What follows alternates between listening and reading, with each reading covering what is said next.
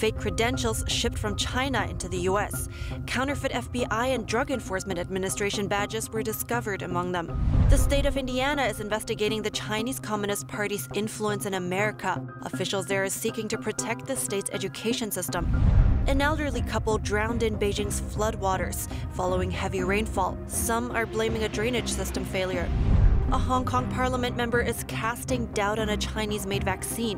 His test results show a 90% loss of antibodies that protect against the infection, just 3 months after getting the shot.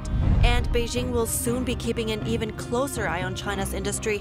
The regime has already been clamping down on a number of critical sectors in the country, prompting major losses for big tech companies. But what's behind the move?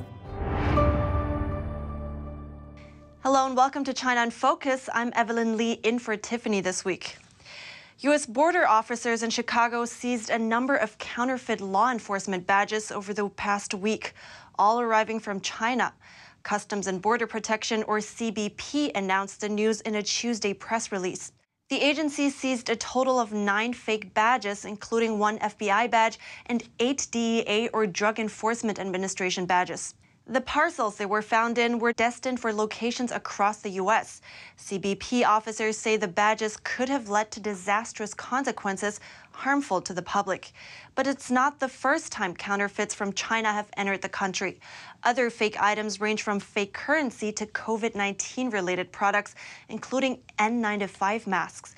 Just last Friday, CBP revealed it had seized thousands of fake vaccination cards this year. The falsified cards come fitted with a CDC logo, and they too are all from China. CBP says China remains the main source for counterfeit goods the agency seizes by far. Indiana's Attorney General is launching an investigation into the state's education system. He's seeking to protect it against nefarious influences from the Chinese Communist Party.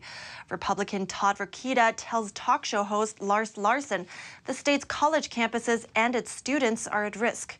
He says he sent a civil investigative demand to Valparaiso University to probe whether the school had violated the Higher Education Act of 1965 or Indiana's Deceptive Consumer Sales Act. According to filings made by the university at the Federal Department of Education, where the Chinese Communist Party has given over $1 million to Valparaiso for the privilege of operating what we call a Confucius Institute on the campus, that then also goes and sends its hand-picked lecturers and teachers, handpicked by the Communist Party, into K-12 schools around the area.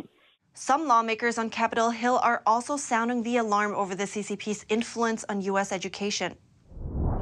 An elderly couple reportedly drowned in floodwaters following heavy rainfall in Beijing on Monday.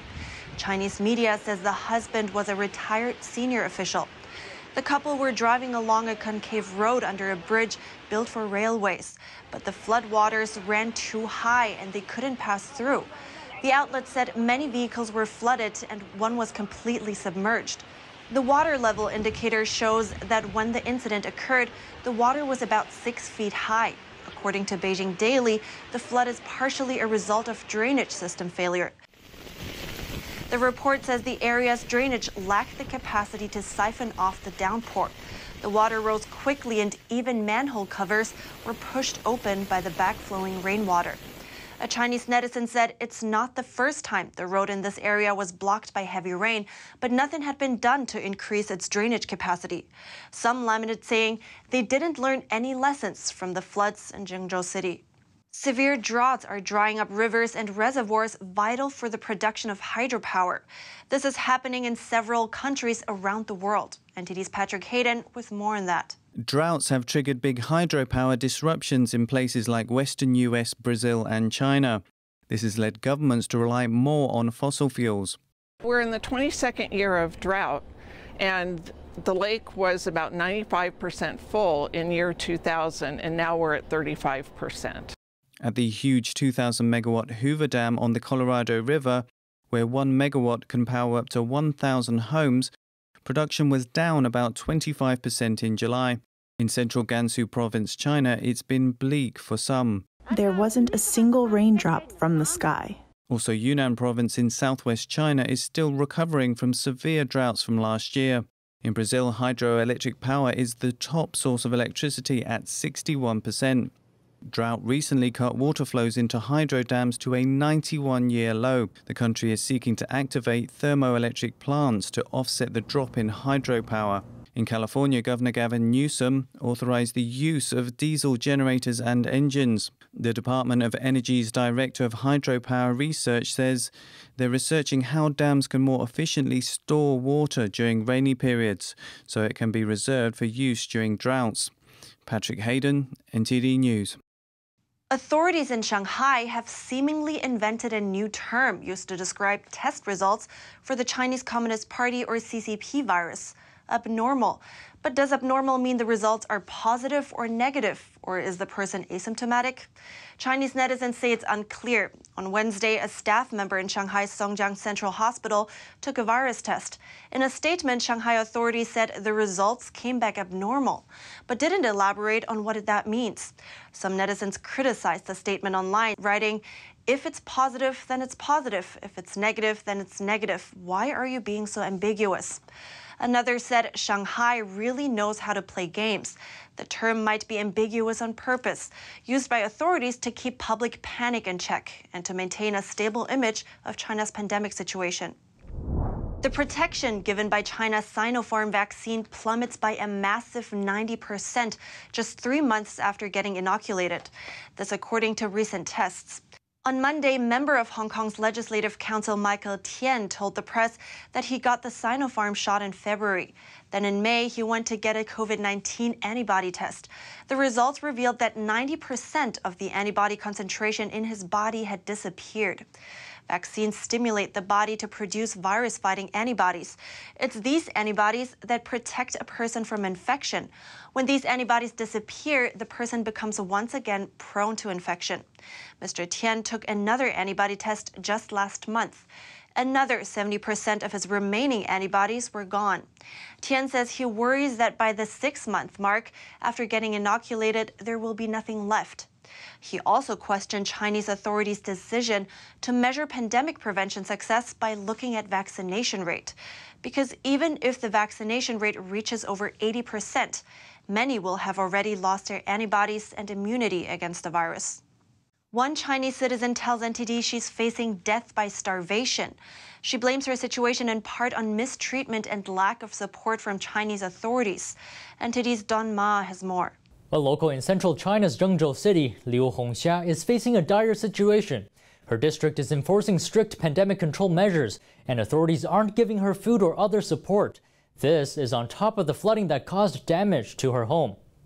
Ms. Liu doesn't have an income. This is due in part because she sought justice after the authorities forcibly demolished her last home. To punish her for her defending her own rights, the authorities terminated all her welfare benefits. She and her daughter were thrust into severe poverty. Liu told NTD now she faces starving to death. The flood disaster caused the water to enter my home. Nobody does anything about it. So far, we have not seen any government relief funds. They didn't compensate me for demolishing my home. I still have to take care of my parents and daughter. I don't have an income. I don't have money. I can't buy anything. We're facing starving to death. I don't have food. I don't have anything. No medical insurance, low-income insurance, social relief funds, nothing. Liu now lives in her mother's rented home in a rundown community. This community is so poor it hasn't even been named. On top of everything, she could be facing another problem. Authorities could forbid her from traveling because she missed a mandatory virus test. The government sent text notifications to my phone for virus testing. On the evening of August 16th, around 6:30, I went to go get the virus test. At the gate, pandemic prevention staff told me that the virus testing site had closed already, so I didn't get tested. I predict my digital health code has been changed to yellow. After it's turned into a yellow code, I won't be able to do anything like shopping or taking the bus. Liu has since made a distress video seeking help. She also hopes international human rights organizations can come to her aid. Don Ma, NTD News. Private sectors in China are facing an increasingly difficult situation. Beijing is imposing more control and citing a range of reasons. China on Tuesday made moves to tighten its grip on the tech sector. It published detailed rules aimed at tackling unfair competition and the handling of critical data. Beijing has been seeking more control on internet platforms in recent months. It says they've been abusing market power to stifle competition and misusing consumer information. Regulators have issued hefty fines to companies including e-commerce giant Alibaba Group and social media company Tencent as part of the widening crackdown. Shares in Hong Kong-listed internet stocks slid after the rules were published. They state that internet operators must not assist in the implementation of unfair competition on the internet, disrupt the order of market competition, or affect fair transactions in the market. Specifically, the regulator stated business operators should not use data or algorithms to hijack traffic or influence users' choices. Companies could also be barred from fabricating or spreading misleading information to damage the reputation of competitors. The draft rules are open to public feedback before a September the 15th deadline. The well-known American investor Cathie Wood recently dumped most Chinese holdings from her funds. This amidst Beijing's crackdown on tech companies, but her firm hasn't completely given up on China. The short video platform TikTok seems to be coming further under the influence of the Chinese Communist regime. TikTok's parent company ByteDance sold 1% of its stake to 3 state-owned companies in April, according to data tech company Tianyancha. This stake is from ByteDance's Beijing branch. The deal also allows these companies to have a seat on ByteDance's board. Paul Haswell, a Hong Kong-based partner at the law firm Pinsent Masons, told to Reuters Beijing is concerned that private technology companies were gaining too much data and too much power. He added the authorities are likely taking bigger stakes in and exerting more control over private companies. And this could make it difficult for Chinese firms to do business overseas.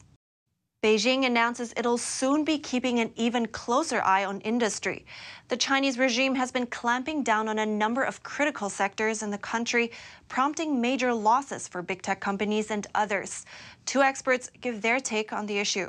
The Chinese Communist Party, or CCP, is releasing its 5-year plan outline. In an announcement last week, it revealed new requirements for its domestic sectors, including strict supervision. Among the areas slated for closer inspection, national security, tech innovation, and anti-monopoly rules. Frank Xie is a business professor at the University of South Carolina, Aiken. He believes this indicates the communist regime is short on funds. It's part of a new round of depriving entrepreneurs of their assets. Their slogan is anti-monopoly, but the background is that of Chinese communist regime is going to go bankrupt and run out of money, and it wants to collect from private capital. Xie says the CCP's second goal is to maintain its totalitarian rule. The Chinese Communist regime is the largest monopoly of Chinese politics. The CCP's interest groups, the state-owned enterprises, are all monopolies. The regime firmly controls the richest and most profitable enterprises in its own hands.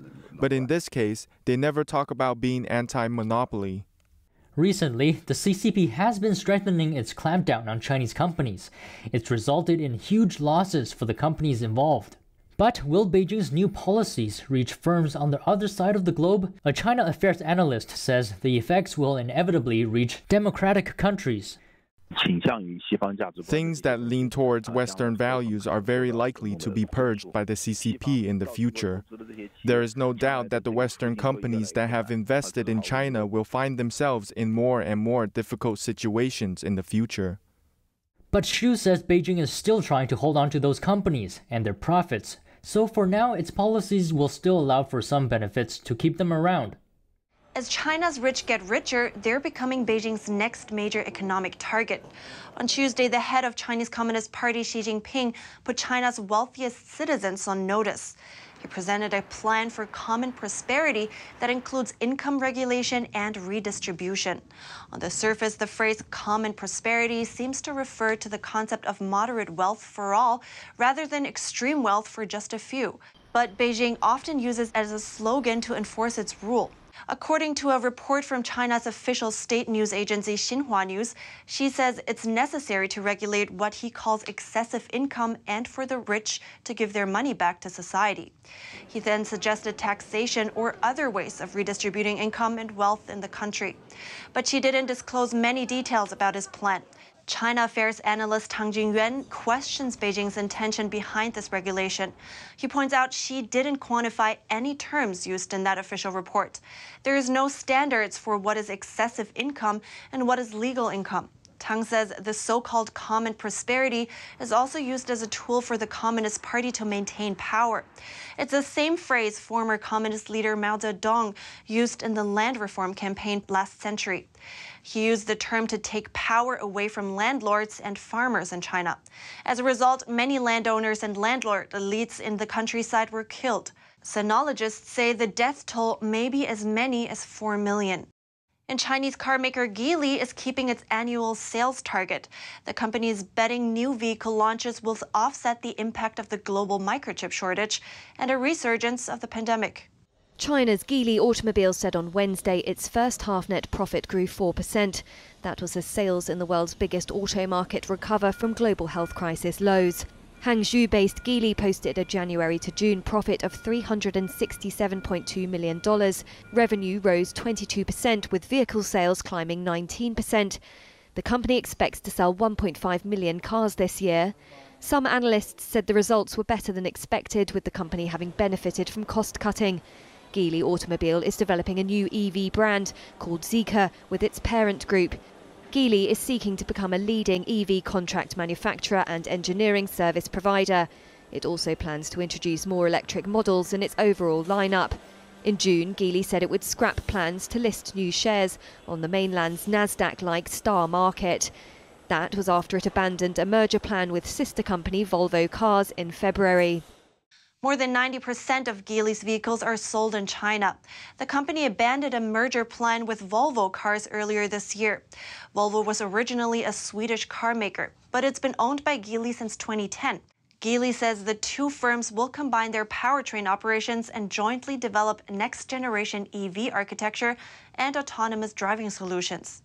Carlsberg has raised its growth expectations after strong sales in key markets China and Russia. But it says curbs in Asia could affect it. Lucy Fielder reports. Danish brewer Carlsberg raised its full-year earnings guidance on Wednesday after reporting second-quarter sales above expectations. But severe restrictions in Asia could hit sales, the world's third biggest brewer warned. Beer sales in key markets, China and Russia, had risen to well above the levels they'd reached before the health crisis. But European markets such as France, Switzerland and Sweden remained below those levels. Chief Executive Cees de Hart said in a statement he saw a gradual recovery in European markets, but others, particularly in Asia, remained subject to severe restrictions. Sales between April and June reached 18.69 billion Danish crowns, or $2.94 billion, compared with a 17.97 billion crown forecast in a company-compiled poll of analysts. Carlsberg said it now expects operating profit to grow by between 8% and 11% this year, up from its previous guidance of 5 to 10% growth. Rival Heineken also beat expectations for first-half beer sales when it reported earnings this month, but it warned of rising costs and the impact of the health crisis on Asian markets. Police arrested 4 members of Hong Kong University's student union Wednesday. They were accused of advocating for terrorism. That's because they paid tribute to a man who had stabbed a police officer and later killed himself. According to local media, the president and council chairman of the student union were among those arrested. They had attended a meeting in July and passed a motion to mourn the sacrifice of the attacker.